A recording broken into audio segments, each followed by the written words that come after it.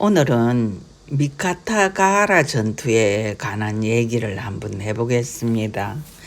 일본 전국시대는 전투로 날이 새고 전투로 밤을 맞는 그런 세월이었던 건 모두들 익히 아는 사실인데요.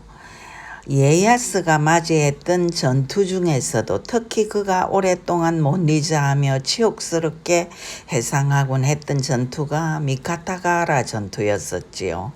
1572년 신겐의 나이 그때 52살, 세상살이에 이르기 날때로 나 있었던 때였고, 전쟁에 대해서는 뛰어난 통찰력을 가지고 있었던 그에게 이에야스 정도는 우습게 볼 수밖에 없었을 때였지요. 이에야스의 나이 31살, 패기와 열정은 그의 강점이었지만 우선 군사적으로도 열세일 수밖에 없었던 때였습니다. 다케다 신겐에겐 3만이 넘는 군사를 투입할 수 있는 실력이 있었지만 이에야스에겐 고작 8천 정도였으니까요. 제 아무리 뛰어난 무장이라 한들 갈록을 어찌 무시할 수 있겠습니까? 전장에서 잔뼈가 굵은 다케다 신게는 당시 영웅의 반열에 있었고, 심지어 신흥 세력으로 떠오르는 오다 노부나가마저 우습게 보고 있을 정도였으니까요. 덴카쿠 하자마 전투에서 당대의 영웅 이마가와 요시모토를 죽이고 나서 전국적인 영웅으로 부상한 오다 노부나가는 옛날의 인연이고, 오타이의 노력도 있어서 이에야스랑 하친을 맺고 동맹이 되었죠. 그러나 그의 사정 역시 만만치가 않았습니다. 당시의 쇼군 요시아키는 외사촌 아케치 주베를 통해 영락한 몸을 노부나가에게 의탁해오는 바람에 냉혹했지만 속정이 있었던 노부나가가 나서서 고군분투하여 쇼군 자리에 다시 앉혀주었건만 그는 배신을 때리지요. 나는 노부나가가 실소, 그는 나를 쇼군에 내세웠다가 기회를 보아 죽이고 스스로 쇼군이 되려는 것이 분명해요 라며 후지타카에게 말했다는 구절이 소설에 나오는데요. 인간이란 그런 존재거든요. 도와주면 언제든지 뒤통수를 치는 세상, 예나 지금이나 다를 게 없지요. 노부나가에겐 이때 적이 한두 사람이 아니었었지요. 사이토, 다초오키, 아사쿠라, 심지어 매부 아사히 나가마사까지 히에이장과 홍간사 승려들의 후원을 받아가며 한패가 되어서 노부나가랑 전쟁을 하는 상황이었지요. 노부나가는 다케다 신겐을 두려워하여 그를 자극하지 않기 위해 애쓰는 판인데 동맹 이에야스를 도와줄 상황은 전혀 아니었던 거지요. 네코가 석자나 빠져있는 상태니까요. 이런 와중에 다케다 신겐이 이에야스의 영지 미카와와 토토미를 통과해 상경을 한다니 이에야스는 기가 막힐 일이지요. 내 영지를 통과하겠다는 건 날 무시하고 짓밟겠다는 것이니까요. 내 무력의 3배를 가지고 있는 당대의 영웅 다케다 신겐이지만 내 영지를 그냥 지나가게 한다는 건 이에야스로서는 견딜 수 없는 모욕이었지요. 그래서 고민 끝에 전쟁을 결심합니다. 굴복 대신 싸워보자고요. 목숨을 하늘에다 맡기고 싸움을 결심한 그에게 동맹이며 이미 친척이 된 노부나가는 그 당시에 이제 어린 아들 노부야스와 노부나가의 딸 도쿠히메가 부부로 서로 이제 결혼까지 한 그런 상황이었습니다. 그래서 이제 노부나가는 자기 입장도 여러 가지로 힘들지만 그래도 외면할 수 없으니까 이제 군사 3,000명을 보내옵니다. 그래서 이제 11,000명의 병력을 이끌고 이에야스는 전쟁을 하게 되는데요. 전투가 시작되자 하깃진이라는 보석으로 군사를 배치하지요. 하깃진이란 학이 날개를 펼친 듯한 형태로 군사를 배치한 모양인데요. 상대편을 원을 그려가면서 둘러싸는 형태지요. 이런 이에야스에게 신계는 어린 진으로 대비를 하는데요. 어린 진이란 고기빈 을이 벌어진 듯이 치는 진, 즉 중앙부가 적에 가까이 나아가는 진영을 말하는데요. 하객진에 대비한 어린 진은 군사의 숫자가 훨씬 많은 신겐에게 절대적으로 유리한 배치가 되는 거지요. 선봉은 오야마다 노부시게, 그 뒤에는 야마가타 마사카게, 그 오른쪽 뒤에는 신겐의 아들이며 후계자로 내정이 된 타케다 카츠요리, 왼쪽 뒤에는 나이토 마사오곤, 또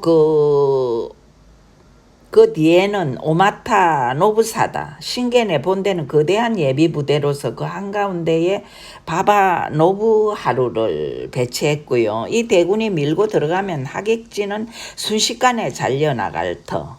이런 대진표가 나오자 신계는 자신의 이번 상경을 미리부터 기뻐하며 성공을 확신할 정도였지요. 그러나 워낙 신중했던 신계는 무리하면 안 된다. 지치거든 곧 물러나서 교대하여 번갈아 싸우도록 하라 라고 누누이 군사들에게 말하곤 했는데요. 그가 늘 염두에 두고 읊었던 구절, 노자의 군쟁편에 나오는 구절이었지요. 빠르기는 바람과 같고 고요하기는 숲과 같다. 쳐들어갈 때는 불과 같고 움직이지 않을 때는 산과 같다. 이 구절을 보면서 저는 다케다 신겐이 왜 영웅이라고 불리는지 알 것 같았습니다. 그는 대단히 용이 주도하면서 감옥하고 신중하기 그지없는 지도자였다고 생각이 됩니다. 이에야스는 이 전쟁에 자신감을 보이지는 않았습니다. 운명을 하늘에 맡기고 최선을 다해 싸우고 또 싸울 뿐이라고 생각했습니다. 이에야스의 하객진 전법을 걱정하며 간언을 냈던 신하도 있었습니다. 이에야스의 충성스런 가신 모두 타다의 친동생이었는데요. 토리 시로자에몬 타다히로였지요. 그는 용맹스럽고 강직한 성품이었는데요. 오늘의 전투는 아군에게 불리하다. 적은 대군이고 그것이 10겹 이상으로 진을 치고 있다. 격퇴시킨다고 해도 뒤에서 계속 밀려들어와 끝이 없을 듯하다. 이대로 일전을 벌이기보다는 철수하는 것으로 보여 이 불리한 벼랑 끝에서의 싸움을 피하고 적이 호타 부근에 이르렀을 때 일제히 뒤에서 습격하면 어떻겠느냐고 간언을 한 거지요. 이에야스는 대뜸 이 급쟁이야 라며 화를 내지요. 싸움을 피하는 것처럼 보이면 원군으로 온 오다의 삼천군사가 과연 움직여줄까 싶은 게 그의 속마음이었지요. 원래 인간이란 실패를 할 때 주위의 충고가 전혀 귀에 들어오지 않습니다. 미카라가하라 전투를 벌일 때는 12월이었는데요. 무서운 추위가 그들 모두를 강타하고 아무튼 적의 대군은 겨울바람을 등지고 유유히 진격을 해옵니다. 전혀 서두르거나 초조해하는 기색도 없이 그 진영은 중량감을 가지고 미카타가하라를 서서히 압박해오기 시작하는데요. 오쿠보 타다요의 동생 타다스케가 시바타 야스타다와 함께 이에야스 앞으로 와서 말합니다. 성주님, 거리가 코앞으로 압축되었습니다. 나가서 싸우겠습니다. 그러자 그대와 시바타가 선봉에 서고 이시카와 카즈마사는 진지 앞에서 우선 총포를 쏘도록 하라. 그것을 신호로 나도 하타모토들을 이끌고 진격하겠다. 죽음을 두려워 말라라고 이에야스가 외칩니다. 하타모토는 일종의 경호관으로 죽은 바로 곁에서 모시는 최정예의 무사들을 말하죠. 찬바람 속에서 말울음 소리가 미카타가하라에 가득 퍼져나가고 오쿠보와 시바타가 200명의 아시카루를 데리고 먼저 출발. 총포의 신호가 자익의 선두인 이시카와 카즈마사의 진지에서 다케다의 선봉 오야마다 노부시게의 진지를 향해 발사됩니다. 이에야스가 움직여주기를 기다리던 다케다군은 명장 야마가타 마사시게를 앞세우고 척구노 나가시노, 타미네 등을 선봉에 세우며 독전 대형을 이루며 쳐들어왔지요. 정면으로 불어닥치는 눈보라가 투구에 밀가루를 뿌린 듯 하얗게 달라붙었고 성주님을 경호하라. 오쿠보 타다요와 사카키바라 야스마사가 이에야스 앞을 막아서며 분전했지만 흰 바탕에 검정 바탕에 흰 문자가 쓰인 우마지루시는 시로 카츠요리의 것입니다.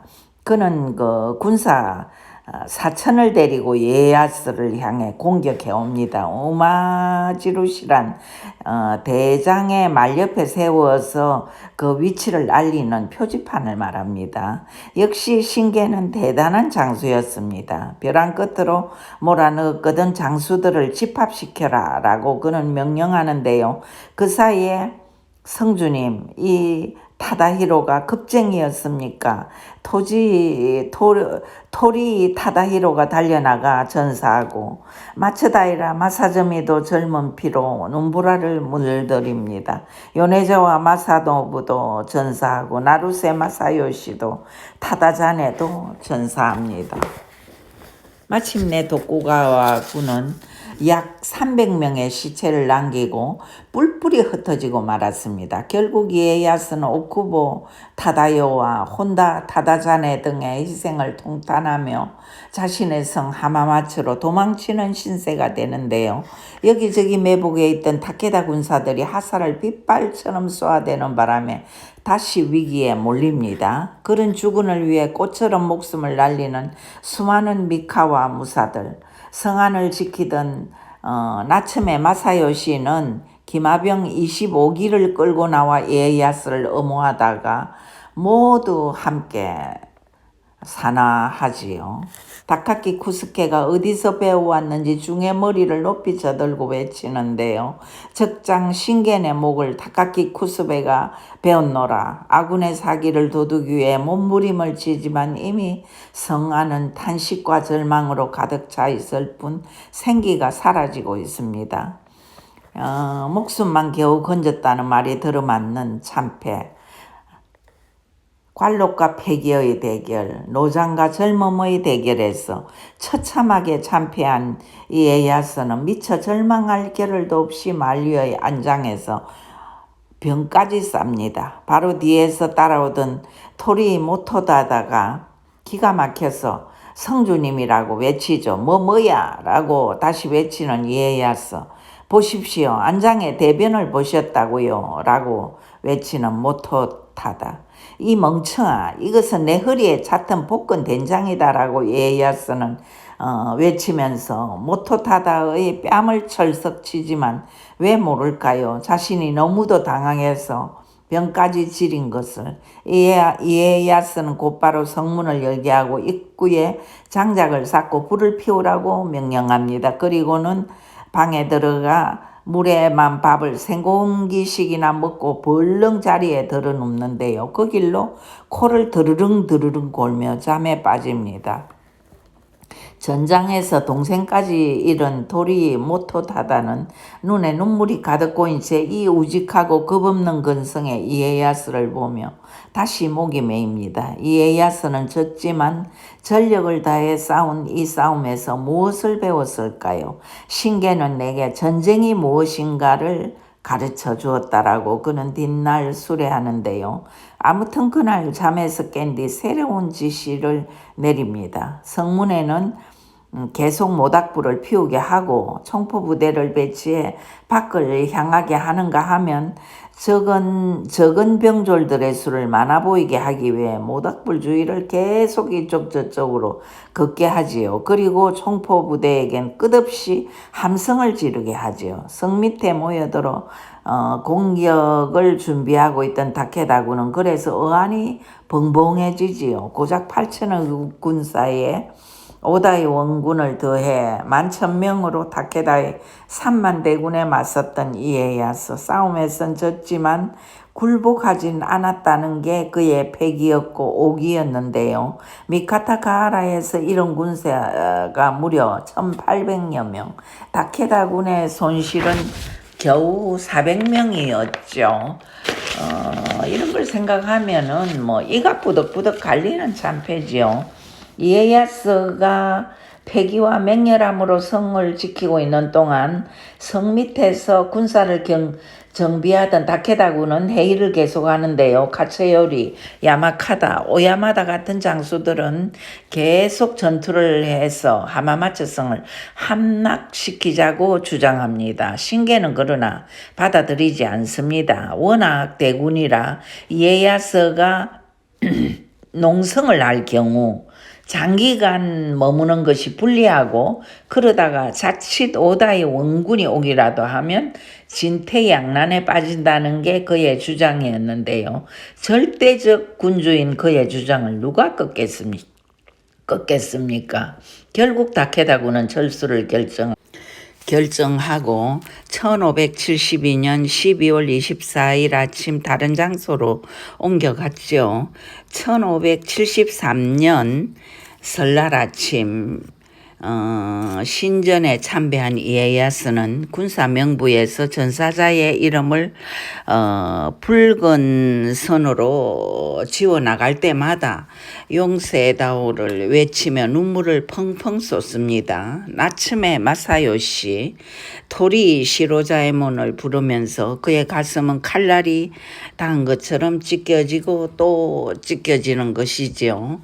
그들을 잃은 대가로 평화가 찾아왔다면 얼마나 다행이겠습니까?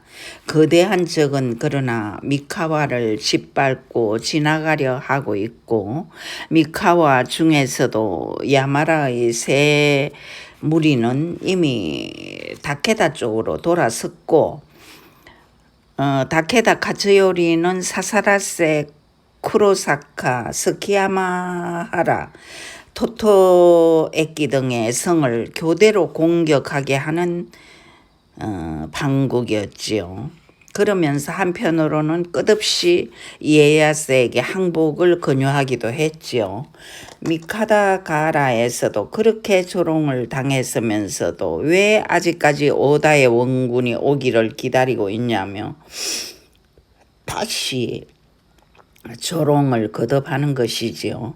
그러나 이에야스는 누가 뭐라고 하든지 오다와의 신의를 굳게 지키며 성의 방비를 굳건히 하기로 마음을 먹습니다.